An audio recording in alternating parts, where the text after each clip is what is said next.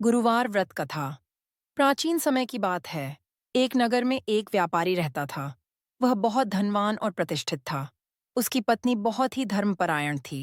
वह नियमित रूप से गुरुवार का व्रत करती थी और भगवान विष्णु की पूजा करती थी।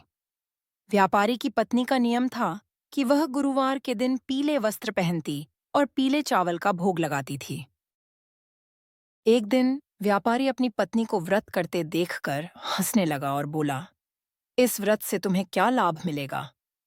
व्यापारी की पत्नी ने उत्तर दिया, भगवान विष्णु और बृहस्पति देव की कृपा से हमारे परिवार में सुख समृद्धि बनी रहेगी।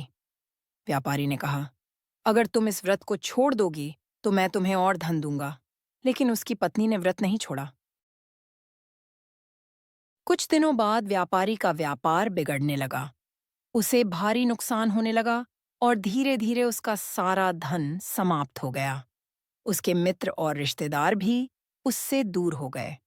अब व्यापारी को अपनी गलती का एहसास हुआ और उसने अपनी पत्नी से क्षमा मांगी।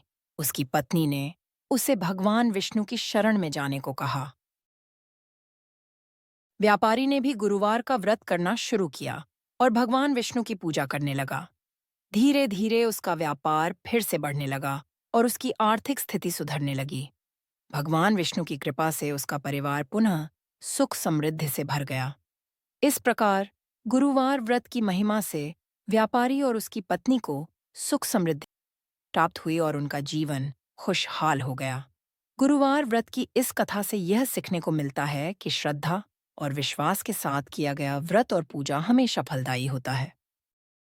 हमारे YouTube चैनल आस्था एक भक्ति पर ऐसे और भी वीडियोस को देखने के लिए चैनल को सब्सक्राइब ज़रूर करें और बेल आइकन को ज़रूर दबाएं।